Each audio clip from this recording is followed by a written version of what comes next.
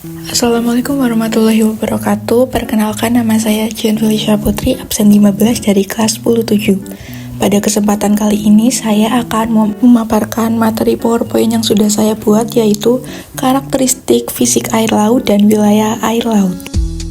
Yang pertama, salinitas. Salinitas atau kadar garam adalah rata-rata kadar garam yang terdapat dalam setiap 1000 gram air laut. Umumnya sebesar 3% dari berat seluruhnya. Namun, salinitas air laut biasanya disebut sebagai bagian per ribu atau per mil. Rata-rata salinitas air laut di daerah Khatulistiwa adalah 35 per mil. Besar kecilnya kadar garam air laut dipengaruhi oleh beberapa faktor, antara lain: pertama, penguapan. Semakin besar penguapan air laut suatu wilayah, maka semakin tinggi salinitasnya, dan sebaliknya. Kedua, curah hujan.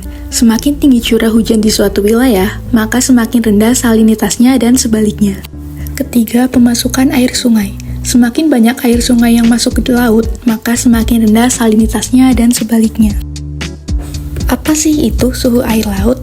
Suhu air laut, terutama di lapisan permukaan, banyak ditentukan oleh intensitas sinar matahari. Oleh karena itu, letak suatu astronomis berpengaruh terhadap tinggi atau rendahnya suhu air laut. Suhu permukaan air laut di daerah kutub sekitar 130 Celcius, sedangkan di daerah tropis sekitar 280 Celcius. Suhu air laut dari permukaan cenderung relatif tetap panas, hingga mencapai kedalaman 200 meter di bawah permukaan laut. Namun, pada kedalaman antara 200 meter hingga 1000 meter di bawah permukaan laut, suhu turun secara mendadak, yang dikenal dengan sebutan thermocline. Sementara itu, besarnya suhu laut pada daerah terdalam kurang lebih sekitar 20 Celcius. Selanjutnya, warna. Secara umum, warna air laut di permukaan bumi berwarna biru. Namun, ada beberapa daerah tertentu yang berwarna hijau dan sebagainya. Tersebut tergantung pada molekul air dalam menyerap dan memantulkan cahaya matahari, zat yang larut dalam air laut, jenis endapan, serta organisme dominan yang menghidup di dasar laut. Berikut beberapa warna air laut. Warna biru. Warna biru disebabkan oleh sinar matahari yang bergelombang pendek. Yang kedua, warna hijau. Warna hijau karena banyak fitoplankton dalam jumlah besar yang memancarkan kandungan klorofilnya. Ketiga, kuning. Karena terdapat banyak lumpur berwarna kuning. Endapan tersebut merupakan hasil metabolisme dari berbagai material daratan yang menghasilkan tanah berwarna coklat kekuningan. Keempat, hitam. Warna hitam karena terdapat lumpur hitam, misalnya Laut Hitam di Turki. Yang kelima, merah. Warna merah karena banyaknya bintang-bintang kecil berwarna merah dalam jumlah besar seperti ganggang merah, misalnya Laut Merah di Arab Saudi. Yang keenam, putih. Warna putih karena permukaan tertutup es, contoh laut di daerah kutub.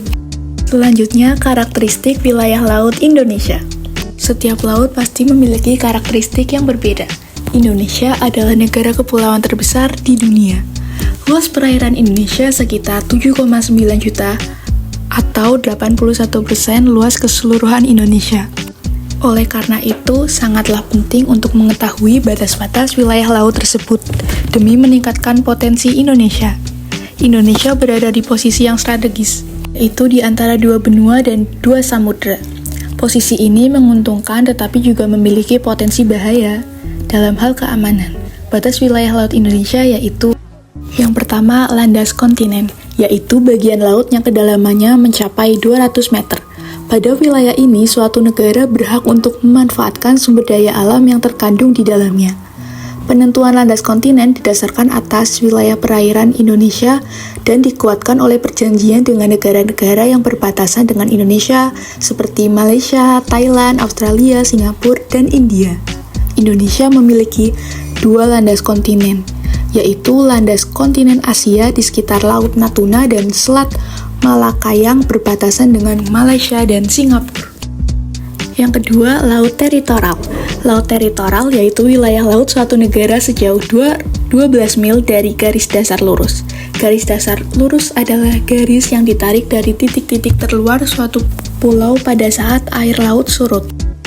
Yang terakhir, zona ekonomi eksklusif, yaitu wilayah laut suatu negara yang diukur sejauh 200 mil, kurang lebih 320 km dari garis dasar wilayah laut. Menurut ZEE, segala sumber daya hayati maupun sumber daya alam lainnya yang berada di bawah permukaan laut, dasar laut, dan di bawah laut menjadi hak eksklusif Indonesia. Oleh karena itu, segala kegiatan eksplorasi, eksploitasi, serta penelitian di zona ini harus mendapat izin terlebih dahulu dari pemerintah Indonesia. Sementara itu, negara lain memiliki kebebasan untuk pelayaran dan pemasangan kabel serta pipa di bawah permukaan laut dengan mematuhi prinsip hukum internasional.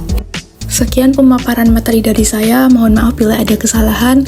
Wabillahi taufiq wal hidayah. Wassalamualaikum warahmatullahi wabarakatuh. Terima kasih.